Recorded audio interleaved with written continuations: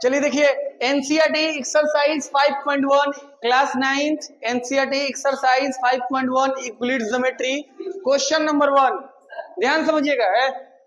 Question number 1 ये समझ में तब आएगा जब आप लोग पिछले क्लास जब पढ़े होंगे, जैसे कि एक्सियोम, पोस्टुलेट्स और जो भी इसके थ्योरी हैं, अगर वो नहीं पढ़े होंगे तो ये समझ में नहीं आएगा। तो आपको सबसे पहले वो पढ़ना पड़ेगा, ध्यान से समझना पड़ेगा, तब जाकर ये आपको पूरी तरह से डिटेल समझ में आएगा। बात करें question number 1, which of the following statement are true and false. ये तुम्हारा ट्रू और फॉल्स दिया हुआ है, बोला है कि अगर ट्रू है तो उसका रीजन बताओ, गिव रीजन बताना है। सबसे पहली बात क्वेश्चन नंबर 1 दिया हुआ है, one line pass through a single point.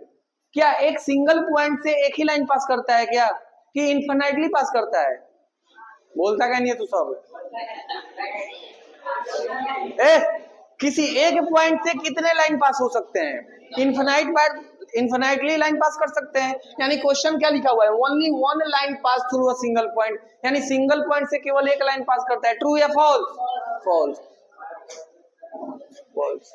अगर रीजन पूछे तो रीजन लिखा हुआ है, we can draw infinite number of the straight line passing through point O. इस ओ पॉइंट से हम लोग इन्फिनाइटली लाइन को क्या कर सकते हैं? पास कर सकते हैं। समझ में आया? चलिए दूसरा चीज, there are infinite number of the line which pass through the two distinct point. मतलब दो डिस्टिंक्ट पॉइंट से, दो फिक्स पॉइंट, दो अलग अलग पॉइंट से क्या इन्फिनाइटली लाइन पास कर सकते हैं क्या? फॉल्स। क्योंकि दो फिक्स, किसी भी दो पॉइंट से केवल कितने लाइन पास कर सकते हैं? वन लाइन पास कर सकते हैं। यानी ये क्या दिया हुआ है? फॉल्स। यानी axiom number 5.1 given two distinct point there is a unique line that pass through them. इसका क्या हो गया? ये रीजन हो गया। एक्सियोम नंबर 5 से हम लोग बता सकते हैं कि दो अलग अलग पॉइंट से केवल कितने लाइन पास कर सकता है? एक सिंगल लाइन पास कर सकता है। अब बोला है अगला question number 3, a terminated line can be produced indefinitely on both side। ये तो सही बात है। मतलब एक टर्मिनेटेड लाइन है, जैसे एक टर्मिनेट लाइन है, ये टर्मिनेट लाइन है, इससे हम दोनों तरफ से क्या इन्फिनाइट तक आगे बढ़ा सकते हैं क्या? पोस्टुलेट्स नंबर 2 था ना, किसी टर्मिनेटेड लाइन से इन्फिनाइटली हम लोग आगे प्रोड्यूस कर सकते हैं, तो वही दिया हुआ है। यानी ये क्या दिया हुआ है? ट्रू या फॉल्स? ट्रू। आगे बात करें question number 4, if two circle are equal then their radii are equal. If two circle, देखो इंसान ही नहीं है सब, बंद करो तो देखो ध्यान से, if two circle are equal then radius are equal. ये तो पता है, किसी भी सर्कल, कैसा भी सर्कल हो, अगर दो सर्कल इक्वल है यानी उसका रेडियस भी क्या होगा? इक्वल होगा। यानी their centre and boundaries coincide. मतलब जो सेंटर होते हैं और बाउंड्रीज होते हैं वो रेडियस से क्या होते हैं? कोइंसाइड्स होते हैं। यानी दोनों, कैसा भी रेडियस हो, कैसा भी सर्कल हो, दोनों सर्कल यानी दोनों रेडियस भी क्या होंगे? इक्वल होंगे। ये सही है। यानी ये स्टेटमेंट क्या होगा? ट्रू। इफ ए बी बराबर पी क्यू और पी क्यू बराबर एक्स वाई, नहीं दिख रहा है ना, एग्जाम में दे देंगे, इसी में से डायरेक्ट लिखने के लिए मुंह फोड़ देंगे तुरंत, तो होगा नहीं देखा ना। हम बोल रहे थे इफ ए बी बराबर P Q and P Q बराबर एक्स वाई दिया हुआ है, तो देन ए बी बराबर एक्स वाई। सबसे पहले देखो, ध्यान समझना कैसे होगा। ए बी बराबर क्या दिया हुआ है? P Q. ए बी बराबर पी क्यू और पी क्यू बराबर एक्स वाई। तो हम बताए थे कि अगर एक साइड, अगर किसी भी दो इक्वल होते हैं तो अगला वाला भी क्या होता है? इक्वल होता है। जैसे लिखा हुआ है, according to the Euclid axiom things which are equal to same thing are equal to one another. Axiom, उनका एक्सियोम था ना यूक्लिड का एक्सियोम, अगर things which are equal to same thing then equal are one another. इसका मतलब अगर देखो इसमें P और Q इक्वल है, यानी इसका मतलब AB बराबर क्या होगा? X Y. तो देन AB बराबर एक्स वाई, यानी ट्रू या फॉल्स? ट्रू। समझ में आया ना? यानी एग्जाम में जब आएंगे क्वेश्चन तो तुमको रीजन लिखोगे, अगर केवल ट्रू फॉल्स लिखोगे मार्क्स नहीं मिलेगा, रीजन लिखोगे मार्क्स मिलेगा। तो इसलिए पोस्टुलेट्स और एक्सियोम याद करके आना, कल हम सुनेंगे, कल पोस्टुलेट्स और एक्सियोम कल सुनेंगे। और ये क्वेश्चन नंबर 1 जो था हम लोग ट्रू फॉल्स थे हम लोग कर चुके हैं। क्वेश्चन नंबर 2 जो डेफिनेशन दिया हुआ है, इसको आप लोगों को कुछ टर्म दिया हुआ है, इसको याद करना पड़ेगा। जैसे पहला दिया हुआ है parallel line, if they have no common point. कल एक थ्योरम भी प्रूव कराए थे पिछले वाले क्लास में, एक थ्योरम भी प्रूव कराए थे कि कभी भी दो लाइन, किसी भी दो पैरेलल लाइन अगर हो तो उससे कोई एंड कॉमन एंड पॉइंट नहीं होगा। अगर मान लो इसका इंटीरियर एंगल अगर 180 से कम आता है, पोस्टुलेट्स नंबर 5 कि अगर दो पैरेलल लाइन, अगर दो लाइन है, दो अलग अलग लाइन है, अगर उन दोनों का सम इंटीरियर एंगल से मतलब 180 डिग्री से क्या होता है, कम होता है, तो इसका मतलब वो उस लाइन क्या हो जाएगा, एक पॉइंट पर जाकर वो क्या करेगा, मीट करेगा। इसका मतलब ये पैरेलल लाइन है, इसमें कोई कॉमन एंड पॉइंट नहीं होगा। तो हम लोग इसको ऐसे लिख सकते हैं पी पैरेलल क्यू, इसको इस तरीके से लिखा जा सकता है। बात करें परपेंडिकुलर लाइन, तो two line P and Q line in the same plane. जैसे एक लाइन है P Q set to be perpendicular if they form right angle, मतलब एक इस पर अगर एक लाइन डाल दें, अगर मान लो कोई भी लाइन डाल दे, क्या डाल दे यहाँ पर एम डाल दे, तो ये परपेंडिकुलर लाइन, इसको हम लोग ऐसे डिनोट कर सकते हैं पी परपेंडिकुलर। जैसे ये हो गया पी लाइन, ये हो गया पी, और ये हो गया मान लो क्यू, ये दोनों लाइन है। अगर ये क्या कर रहा है, इस पी लाइन पर एक दूसरा लाइन क्या आ रहा है, इंटरसेक्ट कर रहा है, इसका मतलब हम लोग बोल सकते हैं पी परपेंडिकुलर क्यू या क्यू परपेंडिकुलर पी बोल सकते हैं। बात करें लाइन सेगमेंट, और line segment is the part of line having a definite length, मतलब जिसका दो एंड पॉइंट होता हो। जैसे ये लाइन है, दो एंड पॉइंट होता है, इसको हम लोग क्या बोलते हैं, लाइन सेगमेंट। चलो खड़ा हो जाओ अस्मित, पोस्टुलेट्स नंबर 2 बताओ। सबसे बात करें, ये तुम्हारा लाइन सेगमेंट हुआ, ये लाइन सेगमेंट, इसका दो डेफिनिट लेंथ होता है। अगर मान लो इसका पोस्टुलेट नंबर 2 का बात करें कि किसी भी लाइन सेगमेंट को हम लोग इनफिनिटली तक क्या कर सकते हैं, टर्मिनेट कर सकते हैं, क्या कर सकते हैं, आगे बढ़ा सकते हैं। किसी भी लाइन सेगमेंट हो उसको हम लोग आगे तक अपने से प्रोड्यूस कर सकते हैं। पोस्टुलेट्स नंबर 2 क्या, अब एनसीईआरटी क्वेश्चन में 5 ही को डेफिनेशन दिया हुआ है, इसीलिए दिए हुए हैं। क्वेश्चन नंबर एनसीईआरटी का है, क्वेश्चन नंबर 2। ऐसे ही डायरेक्ट यहीं से फेयर बनाना चालू कर दो तुम लोग, ठीक है। हाँ डायरेक्ट फेयर पर बना दो, ये आप कंप्लीट होता जा रहा है, क्या दिक्कत है। अब बात करें radius of circle, a distance from the centre to a point on a circle is called radius of. ये बताने की जरूरत नहीं है, ये सर्कल है, ये सेंटर है, और सर्कमफ्रेंस क्या हुआ रहता है, सटा हुआ रहता है, इसको क्या बोलते हैं हम लोग, रेडियस। मतलब डायमीटर का हाफ, डायमीटर के हाफ को क्या बोलते हैं हम लोग, रेडियस। आगे बात करें square, a quadrilateral in which all angle and all side are equal and each angle is 90 degree is known as square. बात करें स्क्वायर का मतलब चारों साइड क्या होता है, बराबर होता है, और एंगल क्या होता है, 90 डिग्री होता है, यही हमारा क्या होता है, स्क्वायर। अब हम लोग क्वेश्चन नंबर 3 का बात, चलिए क्वेश्चन नंबर 1 और क्वेश्चन नंबर 2 क्लियर हो चुका है। अब बात करते हैं एनसीईआरटी क्वेश्चन नंबर 3। ध्यान से समझिएगा, बोला है consider two postulates given below, मतलब दो पोस्टुलेट्स दिया हुआ है, ठीक है, दो ठो पोस्टुलेट्स दिया हुआ है, दोनों पोस्टुलेट्स ध्यान से समझिए क्या बोला है, गिवन टू डिस्टिंक्ट पॉइंट, दो ठो पॉइंट दिया हुआ है डिस्टिंक्ट, मान लो एक ये ले लिए और ये ले लिया, two distinct point A and B, चलो ए और B, there exist a third point C which is between A and B, मतलब ए और बी पॉइंट में, ए और बी पॉइंट में एक तीसरा पॉइंट सी क्या एग्जिस्ट कर सकता है, क्या कर सकता है, मतलब इसके अंदर तो बहुत, किसी भी दो पॉइंट के अंदर इनफाइनाइट पॉइंट होते हैं, किसी भी दो पॉइंट के अंदर जो लाइन होता है उसमें बहुत सारे पॉइंट होते हैं। एक्सियम कौन सा था, लाइन वाला, इंसिडेंट एक्सियम नंबर 1, जो इंसिडेंट एक्सियम बताए थे उसमें नंबर 1 था कि किसी भी लाइन के बीच में बहुत सारे इनफाइनाइटली पॉइंट होते हैं। तो ये दो के बीच में हम लोग पॉइंट सी किसी को भी मान सकते हैं, प्रॉब्लम नहीं, प्रॉब्लम। ये तुम्हारा पहला पोस्टुलेट दिया।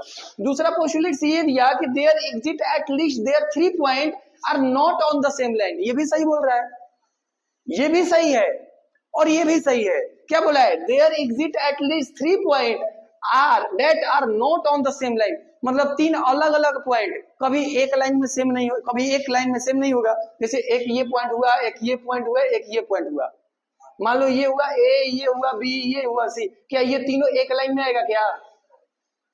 ये एक लाइन में आएगा? नहीं आएगा। यानी जो पोस्टुलेट्स दिया हुआ है क्या दिया हुआ है? सही दिया हुआ है। ये भी जो पोस्टुलेट्स दिया हुआ है सही दिया हुआ है। मतलब दो पोस्टुलेट्स दिया हुआ है। अब दोनों का मतलब अपने से सोचना है, कंसीडर बोला है ना, कंसीडर अपने से बना कर दिया हुआ है और तुमको बताना है। पोस्टुलेट्स का मतलब क्या होता है कि पहले से वो ट्रूथ है, universal truth, axiom universal truth होता है जिसको प्रूफ नहीं किया जाता हो, ये पहले से प्रूफ है, मतलब पहले से प्रूफ है। तो अगर ये बोला है, अगर ये पोस्टुलेट्स दे रहा है कि 3 पॉइंट अलग अलग कभी एक लाइन में नहीं होंगे, तो ये सही बोला है, सही बोला है। ये भी बोला है कि 2 पॉइंट दिया है, उसके बीच में एक तीसरा पॉइंट क्या एग्जिस्ट कर सकता है? कर सकता है, क्योंकि इनफाइनाइटली पॉइंट होते हैं। तो दोनों है स्टेटमेंट को हम लोग पढ़ लिए, अच्छा से समझ गए, दोनों सही है। अब क्वेश्चन क्या बोला है, do this postulates contain any undefined term? क्या ये दोनों किसी पोस्टुलेट्स में, दोनों पोस्टुलेट्स में कोई ऐसा टर्म है जो अनडिफाइंड है? हाँ है। Yes, this postulates contain undefined term. जैसे ये पोस्टुलेट्स दिया हुआ है गिवन टू डिस्टिनेट पॉइंट, जैसे एक पॉइंट हो गया, हमको पॉइंट का मतलब नहीं पता है क्या होता है point. There exist third point which is between A and B. There exist at least 3 points that are not on the same line. एक लाइन, इसमें बहुत सारा ऐसा अनडिफाइंड टर्म है जिसको हम लोग डिफाइन नहीं कर सकते। अनडिफाइंड टर्म है कि नहीं है? अब ये टर्म आया, इस टर्म में एक पॉइंट ऐसा है जो हमको इसका डेफिनेशन नहीं पता है, लाइन का हमको डेफिनेशन नहीं पता है। तो जो ये पोस्टुलेट्स दिया हुआ है इसका डेफिनेशन हमको नहीं पता है, नहीं ना पता है। देखो एक चीज, तुम्हारे बुक में भले तुमको पॉइंट का डेफिनेशन लिख कर दे दिया है, लेकिन पॉइंट का डेफिनेशन नहीं होता है। पॉइंट का कोई डेफिनेशन ही नहीं होता है, वो अनडिफाइंड टर्म है पॉइंट, ये सब अनडिफाइंड टर्म है। तो बात करें तो ये समझ में आया ना। तो यहाँ पर सच एज कौन हो जाएगा? पॉइंट एंड लाइन, ये सब अनडिफाइंड टर्म है जो इस पोस्टुलेट्स में दिया हुआ है, इसको डिफाइन करके नहीं बताया गया है। लिख लो पहले ही, हम बोल रहे हैं समझ लो, एग्जाम में यही आएगा। Yes, this postulates contain undefined terms such as point and line। हो गया।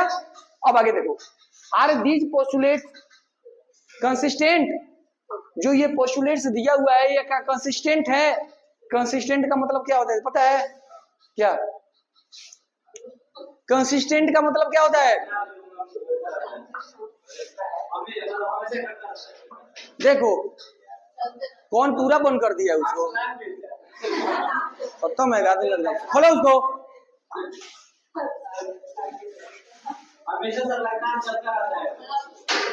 काम खत्म है एकदम से, छोड़ दो उसको।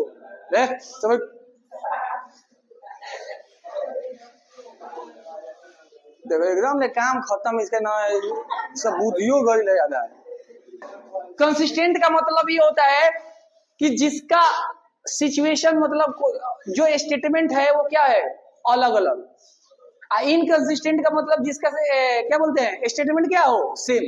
जैसे these postulates consistent, these postulates are consistent because ये consistent है क्योंकि they deal with the different situation। ये दोनों अलग अलग सिचुएशन के बारे में बात किया जा रहा है। दोनों पोस्टुलेट, ये पढ़ो, ये पोस्टुलेट्स बोल रहा है कि किसी 2 पॉइंट के बीच में एक तीसरा पॉइंट एग्जिस्ट करता है, और ये दूसरा पोस्टुलेट ये बोल रहा है कि तीनों अलग अलग पॉइंट है, एक सेम लाइन पर आ रहा है। तो इसका भी अलग स्टेटमेंट है, इसका भी क्या है? अलग स्टेटमेंट है। इसका मतलब क्या? ये कंसिस्टेंट हुआ। कंसिस्टेंट का मतलब ये कि जिसका डिफरेंट सिचुएशन हो, अलग, जो फोड़ देंगे मुंह तुम्हारा, मतलब जो स्टेटमेंट हो वो क्या हो? अलग अलग हो, और जिसका स्टेटमेंट सेम हो उसको इनकंसिस्टेंट बोलेंगे। उसको क्या बोलेंगे? इनकंसिस्टेंट। समझ में आ रहा है ना? फिर do they follow from Euclid postulates? क्या ये यूक्लिड पोस्टुलेट्स को 5 पोस्टुलेट्स बताए हैं, 5 पोस्टुलेट्स में क्या ये दोनों स्टेटमेंट फॉलो कर रहा है? क्या नहीं कर रहा है। पहला तुम्हारा पोस्टुलेट्स क्या था कि 2 पॉइंट के बीच में एक लाइन पास करेगा। दूसरा पोस्टुलेट्स क्या था? किसी लाइन सेगमेंट को हम लोग इन्फिनिटली तक क्या कर सकते हैं? बढ़ा सकते हैं। तीसरा था किसी भी सर्कल को किसी भी रेडियस से हम लोग क्या कर सकते हैं? बना सकते हैं। चौथा पोस्टुलेट्स था किसी भी राइट एंगल ट्रायंगल हो, कैसा भी उसका फिगर हो, अगर राइट एंगल ट्रायंगल हो तो उसका सारा एंगल क्या होगा? बराबर होगा। पांचवा पोस्टुलेट्स था कि 2 अलग अलग लाइन, और कब कॉमन एंड पॉइंट होगा? जब उसका इंटीरियर एंगल 180 डिग्री से क्या होगा? कम होगा। तो 5 में से क्या ये दोनों कौन फॉलो कर रहा है? नहीं कर रहा है। लेकिन एक चीज फॉलो कर रहा है, एक्सियोम को देखो, this postulates do not follow Euclid postulates, ठीक है, बट दे फॉलो एक्सियोम, ये एक्सियोम को फॉलो कर रहा है। कौन से एक्सियोम को फॉलो कर रहा है? गिव टू डिस्टिंक्ट पॉइंट, दो डिस्टिंक्ट पॉइंट में केवल कितने लाइन होते पास कर सकते हैं? एक। पहला वाला पास कर रहा है ना, पहला वाला फॉलो कर रहा है या नहीं कर रहा है कि दो डिस्टिंक्ट पॉइंट में केवल एक लाइन क्या कर सकता है? पास कर सकता है। तो जो क्वेश्चन नंबर 1 है वो एक्सियोम नंबर किसको फॉलो कर रहा है? 1 को फॉलो कर रहा है। एक्सियोम नंबर 5.1 को ये क्या कर रहा है? फॉलो कर रहा है। तो समझ में आया? समझ में आया? अगला बात करें क्वेश्चन नंबर 4, ये तुम्हारा एक प्रूव करने के लिए दिया हुआ है, if a point C lies between 2 point A and B. Question बोला है एक लाइन है ए बी, ठीक है, ए और बी एक लाइन है, इन दोनों लाइन के बीच में दो पॉइंट है ए और बी, इन दोनों पॉइंट के बीच में एक पॉइंट है जिसको बोला जाता है सी, और ये क्या है? मिड पॉइंट है। ये क्या है? मिड पॉइंट लिखा हुआ है। If a point C lies between 2 point A and B, A और बी के बीच में एक पॉइंट सी है, सच डेट ए सी बराबर बी सी, सच डेट क्या दिया हुआ है गिवन में? ए सी बराबर B C, then prove that A C half A B, explain drawing figure. कहने का मतलब अगर ये बोला है ना कि दो पॉइंट के बीच में एक पॉइंट सी है और ए सी बराबर बी सी, इसका मतलब क्या? C is the mid point of A B. Given में ये दिया हुआ है, ध्यान समझिएगा, गिवन में ये दिया हुआ है point C is a mid point of A B. जो पॉइंट सी है ए बी का क्या है? मिड पॉइंट है। यानी इसका मतलब क्वेश्चन में गिवन दे दिया है ए सी बराबर क्या? B C. ए सी बराबर क्या दिया हुआ है? B C. अब आपको प्रूव क्या करना है? प्रूव डेट, जो जो लिखा हुआ है वैसे ऐसे लिख दो। प्रूव क्या प्रूव करना है? A C equal to 1/2 A B, 1/2 A B. अब ध्यान से समझिएगा, अब इसको प्रूफ कैसे करेंगे हम लोग? सबसे पहले यहां पर तुमको प्रूव करना है जो AC है ना वो AB का क्या है? आधा है। जो AC है AB का क्या है? आधा है। तो कहने का मतलब क्या हुआ कि जैसे मान लीजिए गिवन दिया हुआ है AC बराबर BC, AC बराबर BC, एक एक्सियोम आप लोग पढ़े होंगे कि equal are added to equal then whole are equal. एक एक्सियोम बताए थे आप लोगों को कि if equal are added to equal then whole are क्या? इक्वल। ये एक्सियोम था। अगर मान लो हम AC में अगर AC ही जोड़ दें और BC में भी AC जोड़ दें तो वैल्यू में कोई फर्क नहीं पड़ेगा। If equal are added to equal, अगर इक्वल में इक्वल को ऐड कर दें तो कोई वैल्यू में फर्क नहीं पड़ेगा। यानी AC AC कितना हो जाएगा? 2AC equal to BC plus AC। अब बताओ 2AC बराबर, अब यहाँ ना देखो BC अब प्लस AC, अगर देखो ये वाला AC को और BC को ऐड करेंगे तो टोटल नहीं मिल जाएगा। जैसे मान लो ये 3 सेंटीमीटर है, ये भी 3 सेंटीमीटर है, अगर ये दोनों को जोड़े तो कितना आएगा? 6 आएगा। तो वैसे ही AC को और BC को जोड़ेंगे तो टोटल AB आएगा। तो वैसे ही इसके जगह पर क्या लिख सकते हैं? AB, यानी AC देखो यहाँ पर 2 है, जब डिवाइड में जाएगा तो 1/2 क्या हो जाएगा? AB। प्रूव हो गया क्या? चलिए देखिए, जैसे पिछला क्वेश्चन था, पिछला क्वेश्चन में क्या था कि अगर कोई पॉइंट, दो पॉइंट है, अगर उसके पॉइंट भी दो पॉइंट है, इस पॉइंट के बीच में एक तीसरा पॉइंट है, वो AB का क्या है? वो मिड पॉइंट है। मतलब point C is the mid point of AB, यानी AB बराबर क्या? BC। यही था ना। अब बात करिए, ये क्वेश्चन दिया हुआ है कि इन अ क्वेश्चन 4, जो पिछला वाला क्वेश्चन था, point C is called a mid point of line AB, ठीक है। मतलब पिछला क्वेश्चन ये था कि ये एक लाइन है A और B, और इस जो B है इसका क्या है? C, मिड पॉइंट है, ठीक है। ये पिछला क्वेश्चन था। देखो क्या लिखा हुआ है, point C is called a mid point of line AB। मतलब इस लाइन AB का जो पॉइंट C है वो क्या है? मिड पॉइंट है, ठीक है। अब आगे देखो क्या बोला जा रहा है। Prove that every line segment has only one and point, only one mid point. मतलब किसी एक लाइन में केवल टू केवल एक ही मिड पॉइंट होता है, वो प्रूव करना है। किसी एक लाइन में केवल एक ही मिड पॉइंट होता है, वो हमको क्या करना है, प्रूव करना है। अब प्रूव करने के लिए अपने आप को गलत साबित करना पड़ेगा कि हम जो बोल रहे हैं कि ये जो बोला है क्वेश्चन कि वन मिड पॉइंट होता है, तो अपने आप को गलत साबित कैसे करेंगे। तो गलत साबित करने के लिए हम मान लेते हैं कि इस लाइन पर दो मिड पॉइंट है, मान लो एक डीप मिड पॉइंट मानते हैं, ठीक है। हम लेट करते हैं, let point C and D are, लड़का C and D are both mid point of A B. नहीं समझ में आया। हम लेट करते हैं कि जो पॉइंट सी है और डी है, दोनों इस ए बी लाइन का क्या है, मिड पॉइंट है। पिछला क्वेश्चन क्या था, ध्यान से समझना, पिछला क्वेश्चन को रिकैप करते हैं। पिछला क्वेश्चन ये था कि जैसे मान लो ये ए बी है, ये ए बी है और पॉइंट बीच में क्या था, सी। गिवन में क्या दिया था, ए सी बराबर बी सी। तो इसमें हम लोग ऐसे लिख सकते थे कि जो ए सी है हाफ ए बी, लिखते हैं ना, जो ए सी है वो ए बी का क्या है, आधा है, ठीक है। अब इसमें देखो, अगर पॉइंट सी को हम मिड पॉइंट माने हैं, अगर पॉइंट सी को मिड पॉइंट माने हैं, यानी ए सी देखो लिखेंगे सबसे पहला चीज, if point C is a mid point of A B, अगर पॉइंट सी को हम मानते हैं कि वो ए बी का क्या है, मिड पॉइंट है, इसका मतलब क्या होगा कि ए सी बराबर, अरे बोलो ना, ए सी बराबर बी सी, ए सी बराबर बी सी, क्योंकि सी मिड पॉइंट है तो ए सी बराबर बी सी होगा ना। जैसे ये सी मिड पॉइंट था तो ए सी बराबर बी सी हुआ ना, सी मिड पॉइंट है तो ए सी बराबर बी सी, तो लिख दिए।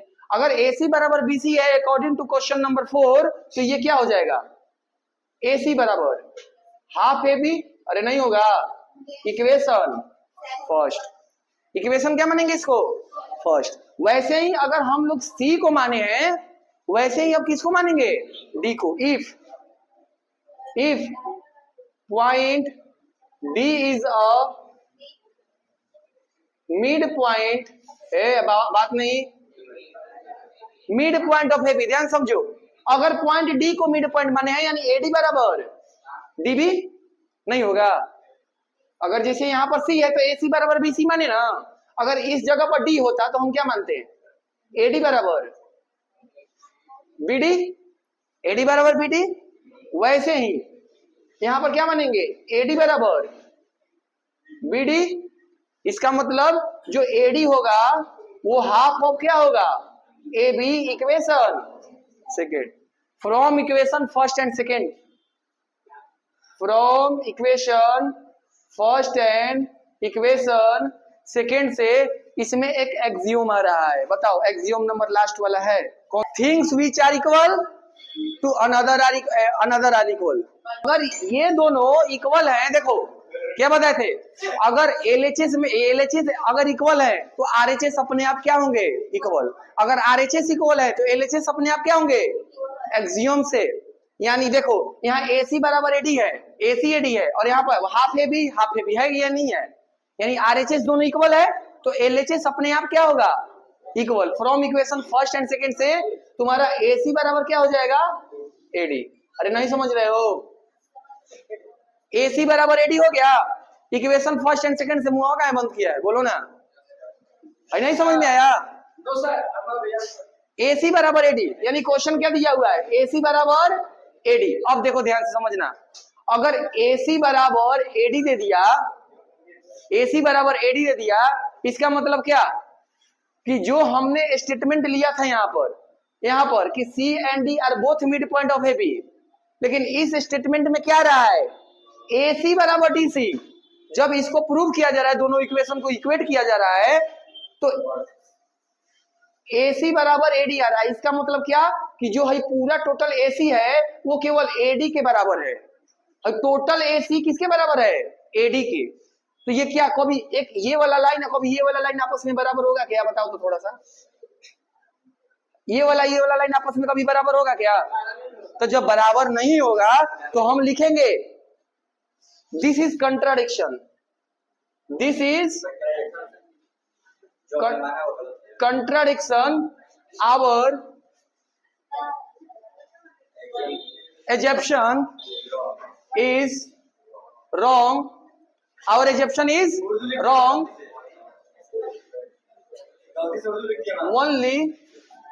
Only C is a midpoint. Only C is the midpoint of क्या? AB. मुंह से बोल नहीं रहे, सुनाई नहीं देगा। कहाँ जा रहा है? कहाँ जा रहा है? लास्ट क्वेश्चन, क्वेश्चन नंबर 6 का बात करें। क्या लिखा हुआ है क्वेश्चन में? एक फिगर दिया हुआ है जिसमें बताया गया है जो AC है वो किसके बराबर है? BD के बराबर है। देन प्रूव दैट AB बराबर CD। देन प्रूव दैट क्या बराबर करना है? AB बराबर CD। तो AB बराबर अगर CD को प्रूव करना है तो दोनों में से अगर BC को घटा दे तो AB बराबर CD नहीं हो जाएगा। अगर बोथ में से BC को घटा दो तो AB बराबर CD नहीं हो जाएगा। तो यानी तुम्हारा गिवन में क्या दिया हुआ है? गिवन में दिया हुआ है AC बराबर BD। AC बराबर क्या दिया हुआ है? BD। प्रूव दैट AB बराबर CD। AB बराबर क्या करना है? CD। तो प्रूफ में करेंगे। देखो प्रूफ, AC में से BC को घटाओ और BD में से BC को घटाओ। Both side subtracted by. ये भी तुम्हारा कहाँ है? एक्सियोम नंबर 3, एक्सियोम नंबर 2 है क्या? तो 3 है कि अगर किसी भी नंबर इक्वल पार्ट में से इक्वल पार्ट को घटाया जाए तो वो भी क्या होगा? इक्वल होगा। बताया गया था ना। तो वही एक्सियोम है। अब बताओ AC में से BC को घटाओ, टोटल AC में से अगर BC को घटाओगे तो क्या बचेगा? नहीं समझ में आ रहा है? देखो टोटल देखो, ये पूरा AC है, यहां से लेकर यहां तक AC है। क्या है? AC है। और ये तुम्हारा क्या है? BC है। अब देखना ध्यान से, हमको फाइंड करना है AB। अच्छा ये बताओ, टोटल लेंथ मान लो तुम्हारा 10 मीटर का है। टोटल लेंथ कितना मीटर का है? और ये वाला लेंथ तुम्हारा है मान लो 3 मीटर का। इसका फाइंड करना है वैल्यू। तो बताओ टोटल में से अगर 3 को घटा देंगे तो ये वैल्यू आएगा।